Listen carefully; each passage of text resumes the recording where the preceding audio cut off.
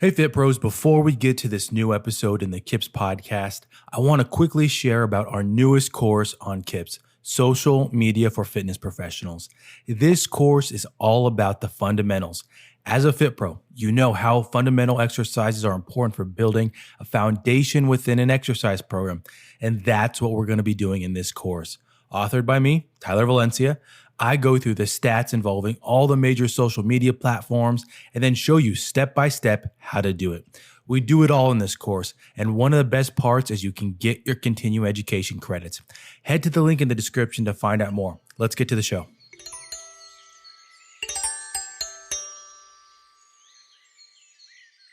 Welcome to the best of March 2023 in the KIPS podcast. My name is Tyler Valencia. I'm the president of KIPS and Time to Train Fitness. Before we jump into this roundup episode, the little spiel, the little part that I'm going to intro this episode with, and this is kind of something that's been on my mind, but also I think could be useful to health, wellness, fitness professionals out there. And the backstory to it was I was listening to a sports podcast last week before I recorded this, and the host was talking about right now at the time of this recording, it's pretty close to the NFL draft, or they're gearing up for it. So every little detail about all these athletes is under a microscope. They're looking at everything. They're turning over every rock, speaking with anybody they can about this athlete, because each team is essentially investing millions in dollars, but time into each athlete. And so one of the athletes that is coming under fire right now it's because of some bathroom selfies that this athlete took. And I'm not going to go too much into that part, but more into what the sports analyst was saying about how with social media, someone that more uses it for business, that he views it as what is important to you. What are you putting out into the public that's important to you? You show people on social media what is important to you. And this got me thinking along the lines of how even 5, maybe even 3 years ago, that it was still a thing to have business pages. So people would manage a business page on top of their personal page. And this is more talking about instructors, wellness coach, nutrition coach, personal trainer, group fitness instructor.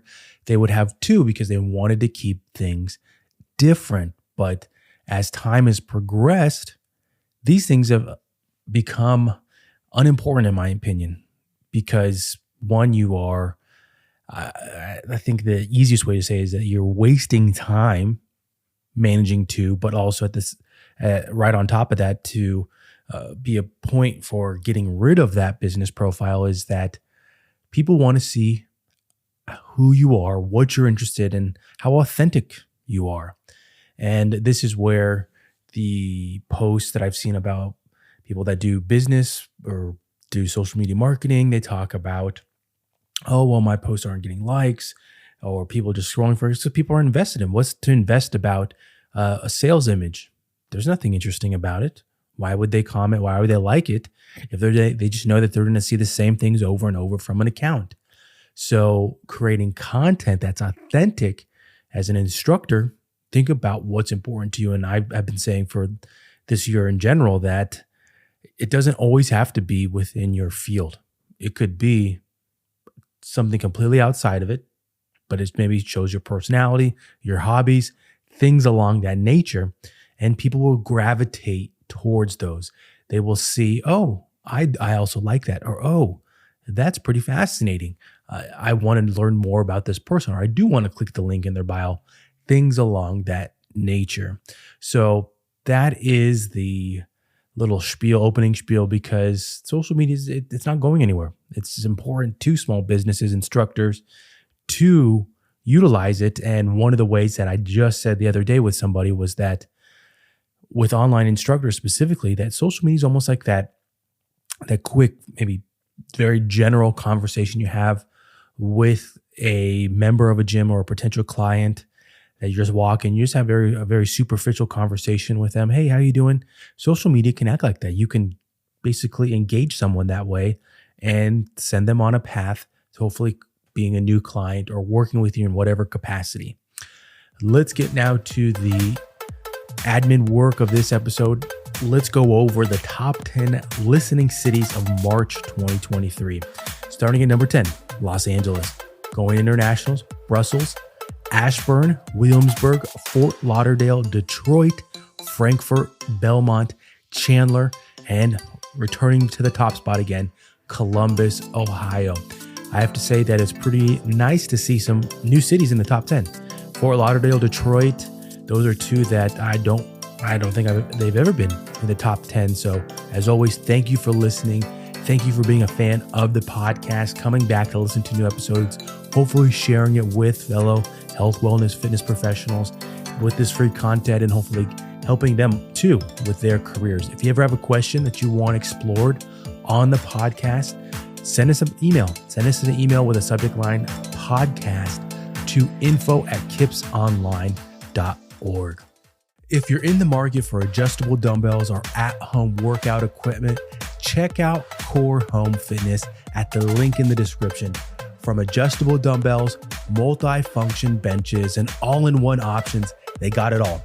I personally have their adjustable dumbbells and the glute drive that also works as a bench, and would recommend them to anyone building their home gym or looking for easy adjustable options.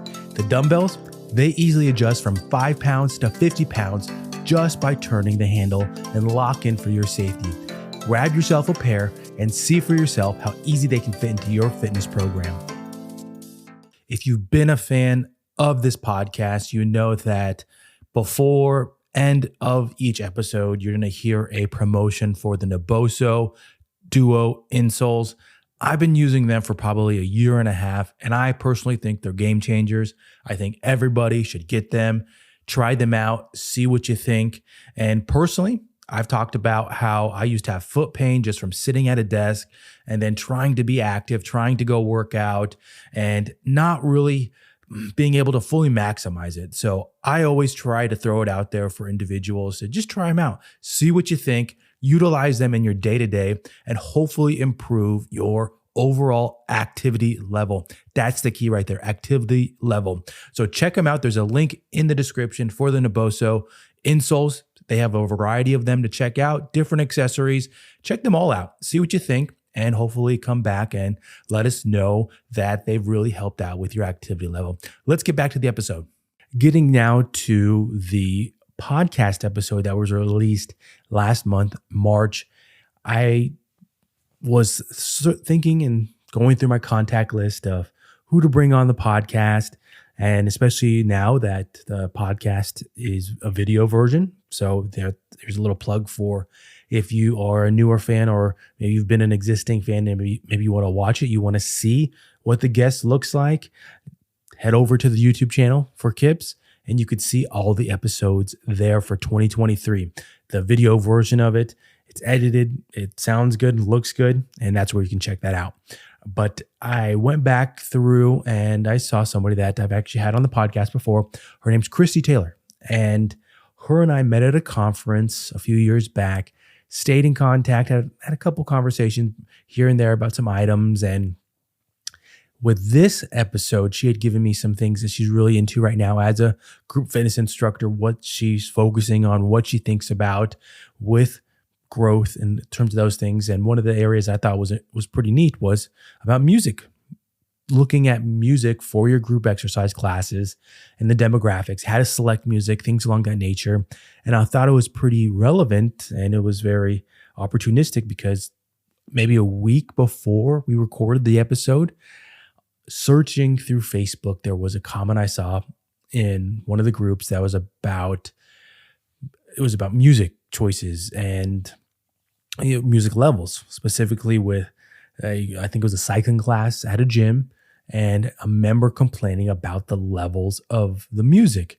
And this instructor was saying, what should I do? I know that my music levels are not as high as others, but this person is pretty persistent with complaining about the music levels and wanting to turn it down. Should I concede? Should I turn it down, or do I just move on from it? And this kind of sparked this conversation with Kristi, first dealing with complaints about music, talking about explicit music, then also going into the demographics. How do you select music 4 different genres, depending on what you're teaching, and then specifically where you're teaching. That was one of the really great pieces that Kristi goes into in terms of looking at your gym demographics and making sure that your time matches the time and the type of music that just like matches your audience. If you are working, the example that she goes through, if you're working at a gym that's near maybe a active aging community, a senior active aging community, and that's the majority of the population, and specifically even the time, say middle of the day that you're teaching this class, having, we'll call it popular hip hop music, it's probably not going to be their favorite, but going through maybe genres that they like and then matching your class to that, it's a really smart way to make sure that your class grows. So that is kind of a little summary of the episode with Kristi. Let's get to a little clip from the episode. Okay, well, the best offense is a good defense. Let's avoid the problem to begin with. First, before class starts, yes, you want to pump people up, but you also want people to bond and get to know each other. That's what really makes a great cohesive class, and will get more people to your classes if they know the other individuals who are coming. So I actually prefer to keep the volume kind of low before class starts to help people talk. Because if the music is too loud, they're not going to engage in a conversation with the person next to them. They're just going to stay on their phone, because you don't want to be shouting, "Hi, how are you?" You're like, that just doesn't work. So start with the music low. And then when it's time for that workout to begin, bring it up a bit, but still leave yourself a little room. You don't want to go all the way up, because it does no good to make our bodies magnificently strong, but go deaf in the process. Okay. Now there will always be an individual or two who it doesn't matter how soft you have the music, they're going to complain about it being too loud. And a great tip that I've seen other instructors do, and I should probably do this myself. I have a good friend of mine who brings earplugs. She brings a little bag of earplugs and leaves them right near the front door. And anybody can take a set. They're just the disposable, really, really cheap kind you get off Amazon. And they can put those in their ears if they want to. She doesn't actually have too many people take her up on the offer, but it is there so that everyone can be accommodated. Yeah. So that's my 2 cents on the volume issue. Start it off lower, and then provide something for those individuals who just really cannot handle loud noises. Yeah.